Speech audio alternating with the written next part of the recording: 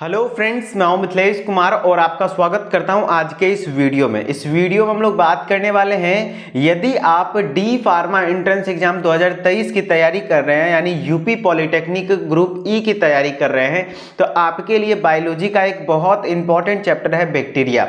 Bacteria से on an average हर साल देखा गया है कि 1 से 2 क्वेश्चन जरूर पूछे जाते हैं। तो बैक्टीरिया में आपको क्या क्या पढ़ना है, कितना पढ़ना है, कैसे क्वेश्चन आते हैं, कंप्लीट एक सिंगल शॉर्ट वीडियो में मैं बताने वाला हूं। यदि आप हमारे साथ पेड क्लासेस में उदित फार्मेसी ऐप पर बायोलॉजी पूरी पढ़ रहे हैं तो आपके लिए ये रिवीजन वीडियो होगा। एक वीडियो में पूरी बैक्टीरिया में रिवाइज करवाने वाला हूं। और यदि आप अभी तक हमारे साथ पेड क्लासेस में नहीं पढ़ रहे हैं तो आपको भी एक ओवरऑल आइडिया लग जाएगा कि कितना चीजें पढ़ना है, कैसे पढ़ना है, क्या पढ़ना है। आप यदि हमारे साथ नहीं पढ़ रहे पेड क्लास में तो कोई बात नहीं, आप खुद से भी वैसे वैसे पढ़ लीजिए हर चैप्टर को। और यदि आप हमारे साथ पढ़ना चाहते हैं तो आप हमारे एप्लीकेशन को विजिट कर लेंगे, जो कि मैं वीडियो के लास्ट में बता दूंगा। बिल्कुल वही कंटेंट अभी मैं दिखाने वाला हूं। यहां पे मैं डिटेल में तो एक्सप्लेन नहीं कर पाऊंगा, लेकिन हाँ एक ओवरऑल आइडिया और रिवाइज जरूर करवा दूंगा कि आपको बैक्टीरिया में क्या क्या पढ़ना है। ठीक है, डिटेल्ड वीडियो आपको ऐप पर अवेलेबल है। तो चलिए हम लोग बात करते हैं। सबसे पहले हम लोग क्या करते हैं, मैं लेजर पॉइंटर यूज कर लेता हूं ताकि वहां पे, क्योंकि पेड क्लासेस के कंटेंट में पहले से ही सारी चीजें लिखी हुई हैं। देखिए कुछ इस प्रकार से हमारा है, एक second, take 1 second, page take 1 second, yes अब पेज चेंज हो पाएगा। यस, तो हमारा जो जीवाणु यानी बैक्टीरिया का हम लोगों ने कुल मिलाकर के शायद 2 लेक्चर में कंप्लीट करा था। ठीक है, जो कि हम लोग देखने वाले हैं। वो पहला लेक्चर था बैक्टीरिया के बारे में, नॉर्मली इंट्रोडक्शन दिया कि क्या है बैक्टीरिया, किस किंगडम के अंतर्गत आता है। जैसा कि हमने 5 किंगडम सिस्टम ऑफ क्लासिफिकेशन देखा है, तो किस किंगडम के अंतर्गत आता है। ठीक है, तो सबसे पहले हम लोग 5 जगह जैसे कि आपको दिखाएं कि 5 kingdom system of classification.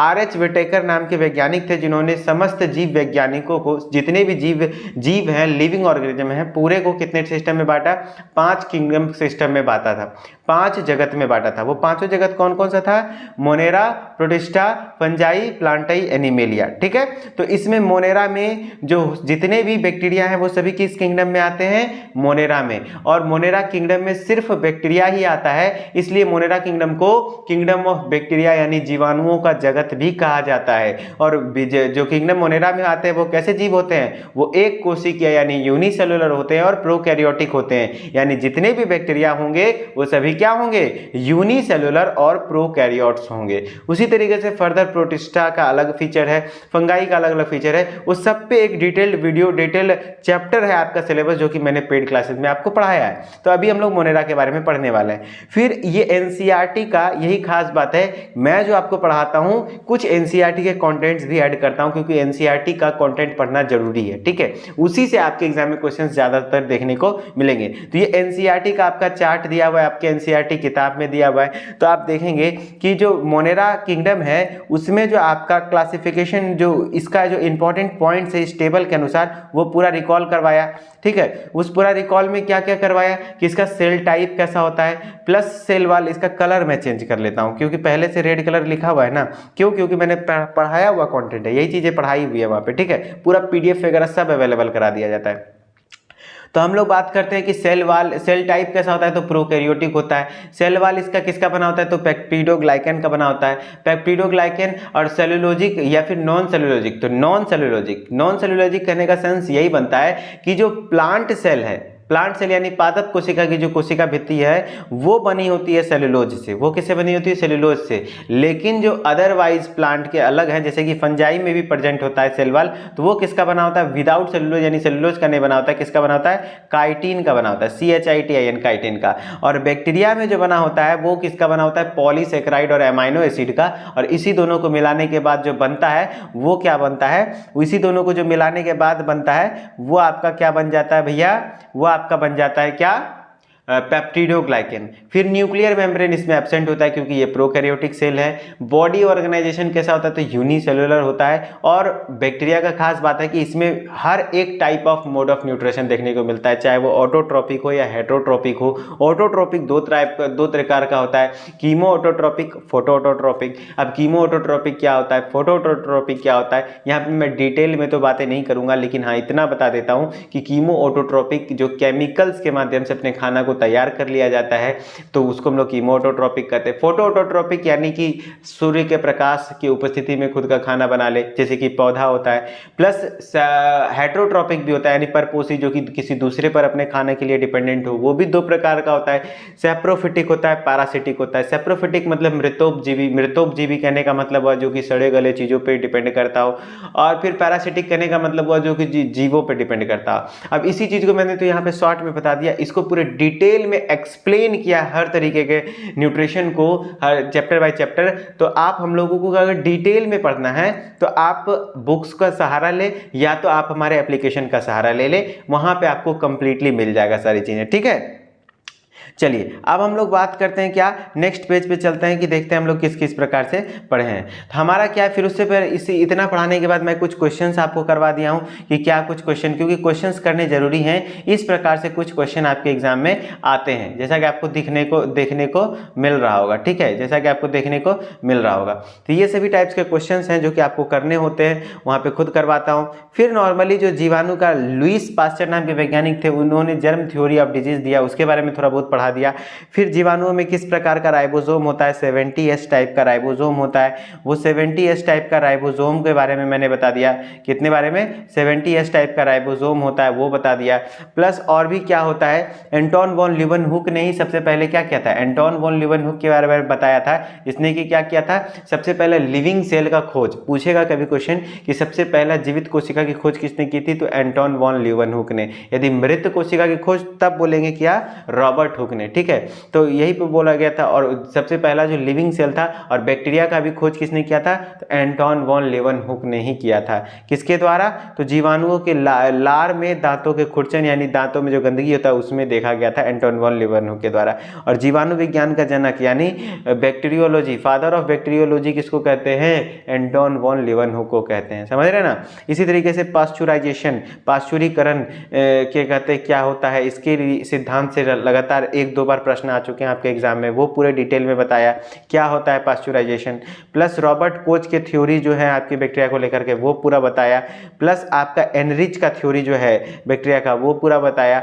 Plus आपका जो बैक्टीरिया के, ये इंपॉर्टेंट है, ये कॉन्सेप्ट आपका इतना इंपॉर्टेंट है, यहाँ से क्वेश्चन एकदम कंफर्म आने के चांसेस होते हैं। वो क्या है कि कम से कम 1 से 2 जो क्वेश्चन आता है तो इसी टॉपिक से मिल लिया, various forms of bacteria, bacteria के डिफरेंट फॉर्म्स। बैक्टीरिया को शेप के बिहाफ पे 4 प्रकार में बांटा गया है, जैसे कोकस जो कि गोल बैक्टीरिया होते हैं, क्या होते हैं, गोल बैक्टीरिया होते हैं। स्पाइरलाई जो कि स्पाइरल शेप्ड बैक्टीरिया होते हैं। बेसिलाई जो कि रॉड शेप्ड बैक्टीरिया होते हैं। जो विब्रो यानी जो कि कॉमा शेप्ड बैक्टीरिया होते हैं। फिर उस तरीके से डिप्लोकोकाई क्या होता है, स्ट्रेप्टोकोकाई क्या होता है, स्टेफाइलोकोकाई, इतना थोड़ा बहुत पढ़ना होगा। फिर उससे रिलेटेड कुछ क्वेश्चंस हमने करवा दिए। फिर क्रिश्चियन ग्राम नाम के साइंटिस्ट थे, उनके बारे में पढ़ा दिया, क्योंकि ग्राम नाम के साइंटिस्ट जो थे उन्होंने ही ग्राम पॉजिटिव और ग्राम नेगेटिव बैक्टीरिया का खोज किया था। तब ग्राम पॉजिटिव क्या होता है, ग्राम नेगेटिव क्या होता है, ये भी तो ध्यान रखना है ना। तो ग्राम पॉजिटिव और ग्राम नेगेटिव के ऊपर भी काफ़ी क्वेश्चंस आते हैं, वो भी बताया। प्लस और भी क्या है कि प्लाज्मिड को लेकर के काफ़ी क्वेश्चंस आते हैं आपके एग्जाम में, ठीक है। ये बहुत इंपॉर्टेंट टॉपिक है, प्लाज्मिड क्या होता है। तो बैक्टीरिया के अंदर जो बैक्टीरियल डीएनए है उसके अलावा जो एक जेनेटिक मटेरियल पाया जाता है, सिंगल सर्कुलर डीएनए, उसको हम लोग क्या कहते हैं, प्लाज्मिड कहते हैं। क्या होते हैं, प्लाज्मिड कहते हैं। तो a plasmid is a circular DNA molecule separate from much larger bacterial chromosome. जो बैक्टीरियल क्रोमोसोम है उसके अलावा जो प्रेजेंट होता है जेनेटिक मटेरियल या फिर क्रोमोसोम, उसको हम लोग प्लाज्मिड कहते हैं। अभी समझ में अगर आ रहा है तो बेहतर है, नहीं आ रहा है तो आपको थोड़ा सा डिटेल में पढ़ने का जरूरत है, ठीक है।